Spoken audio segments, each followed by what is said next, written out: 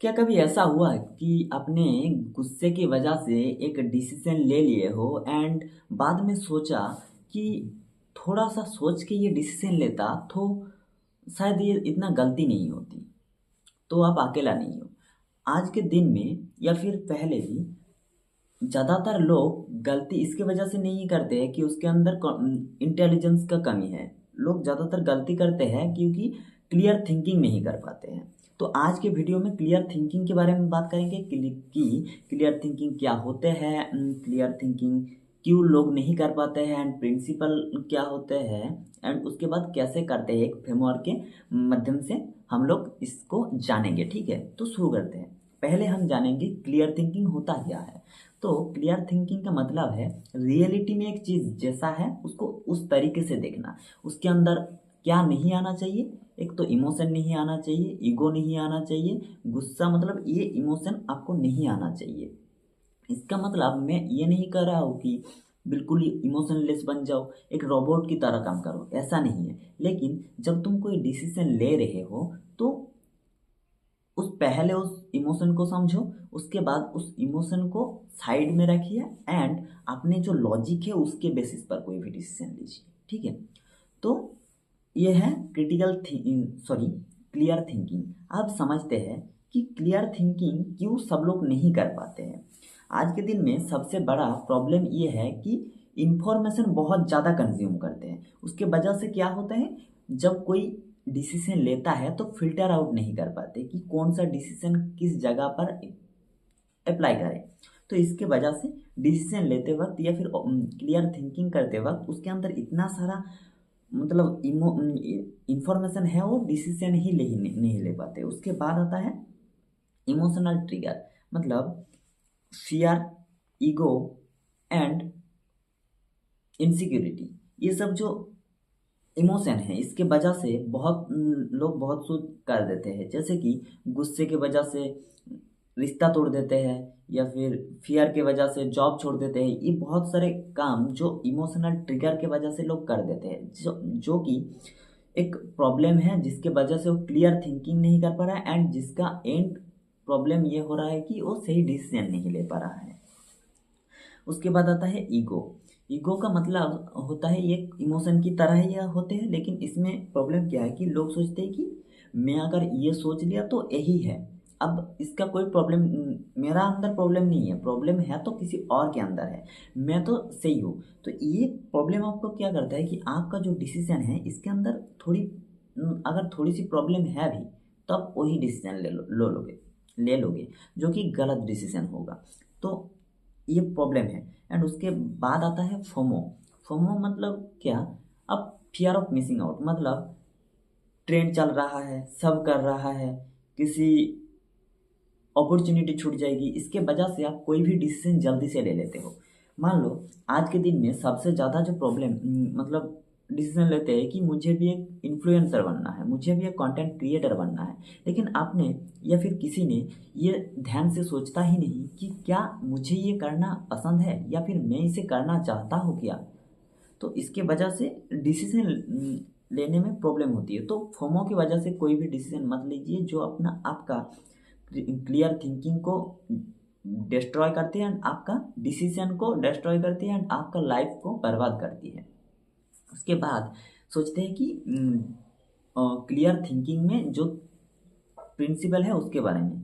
तो first principle ये है कि फैक्ट वर्सेस ओपिनियन। आपको खुद को सोचना होगा कि ये जो बात है क्या ये एक फैक्ट है या फिर ये एक ओपिनियन है। जैसे कि बिजनेस एक रिस्की गेम है, तो ये एक ओपिनियन है, लेकिन ये एक फैक्ट है 90% से ज़्यादा बिजनेस जो है वो इंडिया में बंद हो जाता है 5 साल के अंदर अंदर। तो ये एक फैक्ट है। तो जब तुम कोई भी डिसीजन लो तो इस फैक्ट पर बेसिस पे लेना, ना कि ओपिनियन का बेसिस पे, क्योंकि ओपिनियन एक एजम्पशन की तरह होते हैं कि ऐसा होता होगा तभी तो नहीं चल रहा, लेकिन फैक्ट वो चीज़ है जो रिसर्च के करने के बाद पता चलता है। तो फैक्ट के बेसिस पे हमेशा कोई भी डिसीजन लेना। उसके बाद second order thinking. Second order thinking का मतलब होता है जब मतलब हमने सोचा, जैसे कि एग्ज़ाम मैं अगर नहीं पढ़ूंगा तो एग्ज़ाम में फेल हो जाऊंगा। तो सॉरी, इसको थोड़ा सा अच्छे तरीके से समझते हैं कि अगर एग्ज़ाम में नहीं पढ़ूंगा तो क्या होगा, ये फर्स्ट ऑर्डर थिंकिंग। लेकिन अगर आपने सोचा कि एग्ज़ाम में नहीं पढ़ूंगा तो क्या होगा एंड उसके बाद क्या होगा, मतलब मान लो एग्ज़ाम से फेल होने के एग्ज़ाम से ना पढ़ने पे फेल हो जाओगे, उसके बाद क्या होगा, जॉब नहीं मिलेगा। ऐसा इसको बोलते हैं सेकंड ऑर्डर थिंकिंग। मतलब दोनों, उसको थोड़ा सा आगे बढ़कर देखिए, मतलब उसके बाद क्या है। तो ये आपको हेल्प क्यों करता है, क्योंकि आपको सारे सिनारी, मतलब इसके बाद अगर ये नहीं हुआ तो ये होगा, ये होगा तो क्या होगा, तो आपको डिसीजन लेने में बहुत मदद करती है। और उसके बाद आता है slow down, slow down important decision. ये इसका मतलब ये है कि जब तुम कोई डिसीजन ले रहे हो उसको दो पार्ट में डिवाइड करिए, क्या ये इम्पोर्टेंट है या फिर इतना ज़्यादा इम्पोर्टेंट नहीं है। जैसे कि बड़े बड़े डिसीजन, मतलब मैरिज, बिजनेस, करियर, ये सारे बड़े बड़े डिसीजन हैं। छोटे छोटे डिसीजन क्या है कि आज क्या खाना है, आज क्या पहनना है, आज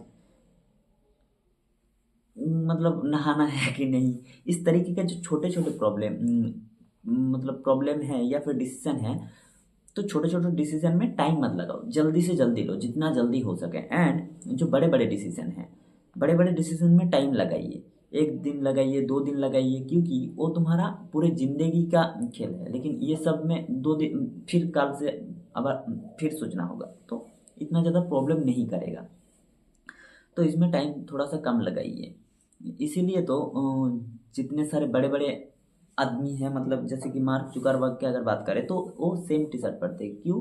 क्योंकि उसको पता है कि मुझे इसमें टाइम जाता है एंड ये एक छोटे डिसीजन है जो मेरे लिए इम्पोर्टेंट नहीं है, बट करना पड़ता है हर दिन, तो वो उसमें काम टाइम लगाता है। जिसके सेट करके रख दिया तो उसे टाइम लगता ही नहीं है। उसके बाद क्लियर थिंकिंग के फ्रेमवर्क के बारे में बात करते हैं। तो फर्स्ट स्टेप 1 में क्या आता है, पॉज। जब कोई कुछ सुन रहे हो उसके बाद तुरंत ही रिस्पॉन्ड मत करो, बस, या फिर तुरंत ही उसको एक जवाब मत दो। थोड़ा सा पॉज लीजिए एंड अपने आप को बोलो कि थोड़ा सा सोचने दीजिए, उसके बाद में इसका आंसर दूंगा। एंड सोचने के बाद एक आंसर दीजिए जो कि एक अप्रोप्रिएट आंसर होगा, अप्रोप्रिएट डिसीजन होगा आपके लिए। एंड उसके बाद आता है डिफाइन द रियल प्रॉब्लम। मान लो किसी ने आपको एक प्रॉब्लम सुनाया एंड आपने उसका जो प्रॉब्लम उसको गलत ही सोच लिया एंड वो लॉन्ग प्रॉब्लम को सॉल्व कर रहे हो, तो इसको थोड़ा सा ध्यान रखना चाहिए। जैसे कि मैं अगर मान लो कि कोई एम्प्लॉयर के बोले कि मेरा बॉस खराब है, तो उसका मतलब क्या है कि वो उसका बॉस खराब है तो वो जॉब छोड़ देगा, ये एक फर्स्ट डिसीजन होगा। लेकिन अगर वो अपने बॉस से कम्युनिकेट करके देखे, तो ये रियल प्रॉब्लम है। वो वो जो प्रॉब्लम को सोच रहा था वो प्रॉब्लम क्या है कि बॉस खराब है, ये फर्स्ट मतलब ये रॉन्ग प्रॉब्लम है। लेकिन राइट प्रॉब्लम क्या है, आप बॉस से कम्युनिकेट अच्छे से नहीं करते हो। अगर बुरा हो भी सकता है लेकिन पहले तो कम्युनिकेट करो, कम्युनिकेट करने के बाद अगर बुरा लग रहा है तो फिर आप जा सकते हो कहीं और पर। एंड उसके बाद आता है कि पार्क इमोशन टेम्पोररी। आपका जो इमोशन है उसको थोड़ा सा साइड रखिए जब तुम कोई डिसीजन ले रहे हो, क्योंकि इमोशन को अगर आपने डिसीजन के अंदर डाल दिया तो आपका डिसीजन कुछ और ही हो सकता है। जैसे कि मेरा मन कर रहा है कि आज मैं नहीं पढ़ूंगा, तो अब डिसीजन क्या ले रहा हूँ, मेरा मन के अकॉर्डिंग। और मन क्या है, एक इमोशन है, तो मुझे नहीं पढ़ना लेकिन अब मुझे पढ़ना चाहिए। तो जब तुम डिसीजन ले रहे हो तो उसको थोड़ा सा साइड रखिए इमोशन को, एंड उसके बाद डिसीजन लीजिए। इसका मतलब ये नहीं है कि इमोशन को ख़त्म कर दो, इमोशन है पर डिसीजन लेते वक्त उसको साइड रखिए। उसके बाद आता है थिंक इन ऑप्शन। जैसे कि अगर कोई चीज़ को अच्छे से देखे तो उसके अंदर 3 सिनारियो हो सकता है। पहले तो वेस्ट केस सिनेरियो, उसके बाद वर्स्ट केस सिनेरियो, उसके बाद आता है रियल, मतलब रियल में क्या हो सकता है। तो 3 सिनेरियो है, 3 सिनेरियो के बारे में सोचिए, उसके बाद ही कोई डिसीजन लो। मतलब अगर बेस्ट केस सिनेरियो से तो सब एग्री करेगा, लेकिन वर्स्ट केस सिनेरियो के लिए आप क्या आप रेडी हो? एंड जो रियल में मिलेगा वो तो सबको पता है, सब इसके मतलब रियल का मतलब है इसके अकॉर्डिंग सब लेते हैं कि ये होगा, एंड उससे अच्छा भी हो सकता है, उससे बुरा भी हो सकता है। आपको ये देखना है कि क्या ये जो वर्स्ट केस सिनेरियो है इसके साथ में अलाइन करता हो, ये हो भी सकता है। इसका मतलब इसको 100% गारंटी देके नहीं बोल सकते कि ये नहीं होगा, होगा। तो क्या उस वर्स्ट केस सिनेरियो के लिए आप रेडी हो? अगर रेडी हो तभी कोई डिसीजन लेना। उसके बाद आता है डिसाइड एंड कमिट। मतलब ये सारे फ्रेमवर्क को जब आपने एक बार अप्लाई कर लिया, उसके बाद जो डिसीजन लिया उसके अंदर स्टिक करके रहना है। उसके ये सब करने के बाद जो डिसीजन लिया उसके अंदर आप डाउट मत करिए, उसके उससे रिलेटेड आप ओवर थिंकिंग मत करिए कि ये क्या सही है या नहीं है। एक बार आपने डिसाइड ले लिया तो कर लिया तो कर लिया। इसीलिए इतना सारा पहले देखो फिर डिसाइड लो, ताकि बाद में लगे ही ना कि मेरा डिसीजन खराब था। तो ये था कि कैसे फ्रेमवर्क काम करते हैं। अब बात करते हैं कि आप छोटी छोटी क्या हैबिट अपने अंदर आप डेली कर सकते हो, जिसके वजह से आपका जो क्लियर थिंकिंग एबिलिटी हो वो थोड़ा सा या फिर बढ़ जाए। तो पहले आता है राइटिंग। आप ज़्यादा से ज़्यादा लिखिए, किसी भी चीज़ के बारे में लिखिए। जैसे कि आप जर्नल लिख सकते हो, आप किसी भी टॉपिक को पढ़ के उससे रिलेटेड लिख सकते हो, जिससे आपका जो क्लियर थिंकिंग है वो आप वहाँ पर काम आएगा। एंड जब क्लियर थिंकिंग काम आएगा तो तुम्हें किसी भी चीज़ ऑलरेडी प्रैक्टिस होता रहेगा। उसके बाद आता है रिड्यूस कंजम्पशन। मतलब जितने सारे आप इंफॉर्मेशन अपने अंदर कंज्यूम कर रहे हो उसको थोड़ा सा काम करिए, क्योंकि जब अपने अंदर इतने सारे डिसीजन हो ऑलरेडी इंफॉर्मेशन होते हैं तो फिल्टर आउट करके डिसीजन लेने में दिक्कत होती है। तो कंज्यूम थोड़ा सा कम करिए। उसके बाद आता है क्वालिटी रीडिंग। मतलब अच्छे अच्छे किताब पढ़िए, अच्छे अच्छे न्यूज़ लेटर पढ़िए। मतलब किसी नॉलेज को गेन करिए, क्योंकि नॉलेज चाहिए। जब तुम कोई डिसीजन लोगे तुम्हारे पास ऑलरेडी इन्फॉर्मेशन तो होना चाहिए कि इसका वर्स्ट केस सिनेरियो क्या हो सकता है, इसका बेस्ट सिनेरियो क्या हो सकता है। इसके लिए चाहिए नॉलेज। तो नॉलेज के लिए आपको रीडिंग करना पड़ेगा। तो रीडिंग क्वालिटी रीडिंग करो, जैसे कि साइकोलॉजी के बारे में पढ़िए, फिलोसॉफी के बारे में पढ़िए, इस सब के बारे में पढ़ते रहिए। उसके बाद आता है सॉलिट्यूड। जब तुम कोई डिसीजन ले रहे हो तो तुम्हें अकेला रहना होगा, क्योंकि जो सबसे बड़े बड़े डिसीजन हो अगर तुम सबके एक झुंड में या फिर एक एक क्राउडेड एरिया में अगर तुम डिसीजन लोगे तो तुम्हें ये प्रॉब्लम होगा कि इतने बड़े डिसीजन हो सकता है गलत हो जाए। इसीलिए जब तुम कोई भी डिसीजन ले रहे हो बड़े डिसीजन, तो सॉलिट्यूड में लीजिए, थोड़ा सा अकेला रहिए। इससे आपको पता चलेगा कि सही डिसीजन है कि नहीं। तो आज के लिए इतना ही था। एंड बैकग्राउंड कैसा लग रहा है थोड़ा सा कमेंट करके बता दीजिए, क्योंकि ये मैंने बनाया है एंड इसके लिए मुझे खर्च पड़ा करीब 200 के आसपास।